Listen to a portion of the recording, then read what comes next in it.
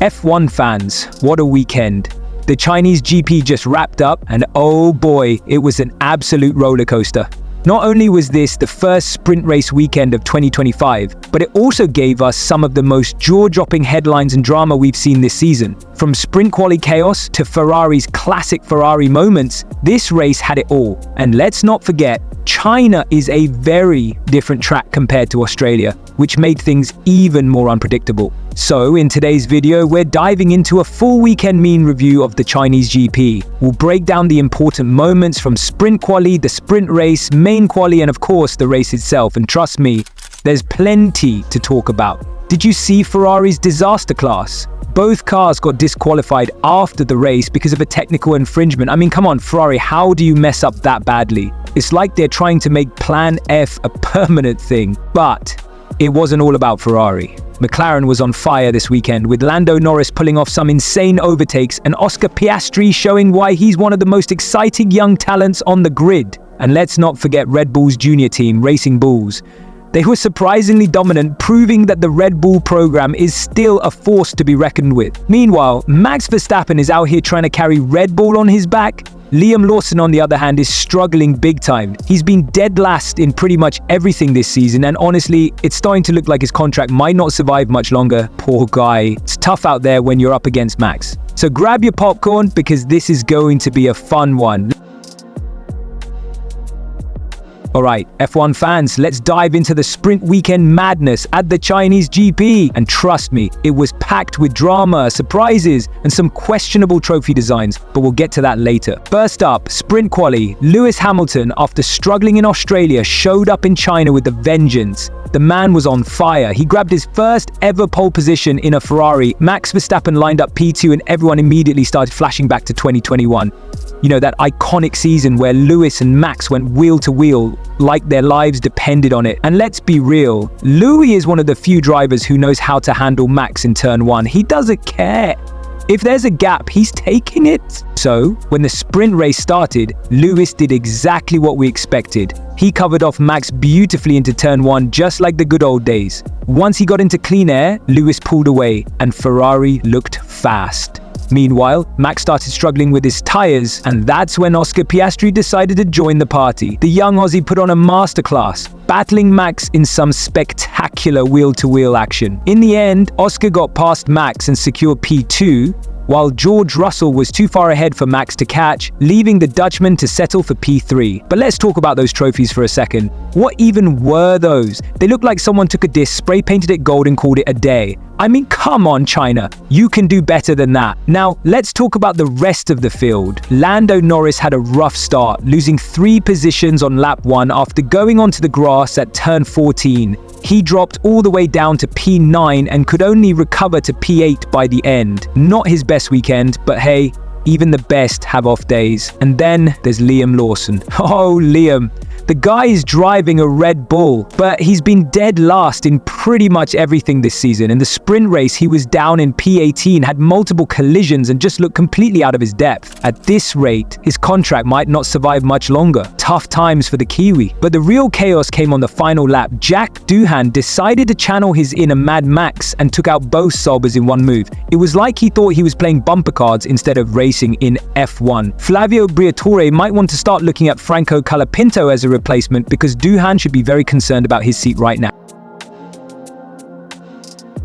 F1 fans, buckle up because we're diving into the main event of the Chinese GP weekend, the qualifying and race. And let me tell you, this was a weekend packed with surprises, heartbreaks, and some absolutely classic Ferrari moments that had us all shaking our heads in disbelief. Let's start with qualifying because wow, what a roller coaster that was. First up, Liam Lawson in the Red Bull. This guy has been struggling all season and qualifying was no different. He was out in Q1, dead last in P20. The analysts were pointing out he's carrying way less speed into turn 1, braking way too early, and just doesn't have the same confidence in the car as Max does. Come on, Liam, you're in a Red Bull for crying out loud. You should be attacking those corners like your career depends on it, not tiptoeing around like you're afraid the car might bite you. At this rate, that seat might not be his for much longer. Then we had Carlos Sainz getting shockingly knocked out in Q2, with both Aston Martins joining him in the elimination zone. But here's the real kicker. both Racing Bulls made it through to Q3. That's right, Red Bull's junior team out-qualifying the main team. The irony was absolutely delicious, but the real star of qualifying was Oscar Piastri. The young Aussie took his first ever Grand Prix pole, becoming the 107th different pole sitter in F1 history. What an incredible moment for him. George Russell lined up P2 after a brilliant final sector, showing complete trust in his Mercedes to carry more speed through the last corner. Lando Norris completed the top 3 while Max Verstappen could only manage P4 in what's clearly not the dominant Red Bull we're used to seeing. And Ferrari, well, they did their usual Ferrari thing. Disappointing when it matters most. Some things never change. Now let's talk about the race itself. Lights out, and Lando Norris immediately jumped George Russell in turn 1 to take P2. Max, on the other hand, lost 2 positions to the Ferraris after some oversteer in the first corner. Then came the classic Ferrari strategy masterclass. After some contact between Lewis and Charles, which left Charles's car damaged, they switched their positions to try and chase down George ahead. But here's where it all went wrong for the red cars. Their strategy calls were, well, typical Ferrari. Lewis came out of the pits behind Max. And let's be honest, trying to pass Max Verstappen is never an easy task. The Dutchman made it look effortless, eventually getting past Charles too to finish P4. Meanwhile, both Ferraris lost out big time thanks to some questionable strategy and lackluster race pace. Up at the front though, McLaren were absolutely flying. Oscar Piastri led every single lap. Lando lost a position to George after getting undercut by Mercedes, but still brought it home in P2, with George completing the podium in P3. We can't forget about Racing Bulls though. They were running strong in P6 and P7 before deciding to pit for a second time when no one else did. Why? Your guess is as good as mine. Maybe they thought they were in a different race. The result? They tumbled down to the last 5 positions. Seriously, what is it with Italian teams and strategy blunders? Is there something in the pasta over there? When the checkered flag fell, we had Oscar Piastri taking a sensational win, Lando Norris in second, and George Russell completing the podium. But let's be honest, the race itself wasn't exactly a thriller. Not many overtakes, lots of tire management, and drivers being careful not to make mistakes. The real entertainment came from the strategy blunders and midfield chaos. This is huge for McLaren and for F1. We're seeing the next generation starting to make their mark. Meanwhile, Red Bull's struggles continue, and Ferrari, well, they're still Ferrari. Some things in F1 never change. Looking ahead to the next race, you've got to wonder, is this the start of a proper title fight? Can McLaren keep this momentum going? Will Red Bull sort out their issues? And most importantly, what new and creative ways will Ferrari find to disappoint us next time? One thing's for sure, we'll be watching. And let's not forget the bigger picture here. It's not every day you see a young driver dominate like that. Alright F1 fam, let's wrap this up with some hype, some memes, and a whole lot of vroom energy. But even with all that sticky goodness, some teams were out here struggling harder than me trying to explain Tire G to my grandma. Pit stops, more like pit flops. And Ferrari strategy, oh, don't even get me started. It's like they're playing a game of guess who, but with tire compounds. Is it a hard tire? No. Is it a medium tire? Maybe. Is it the wrong choice? Always. Sarcasm?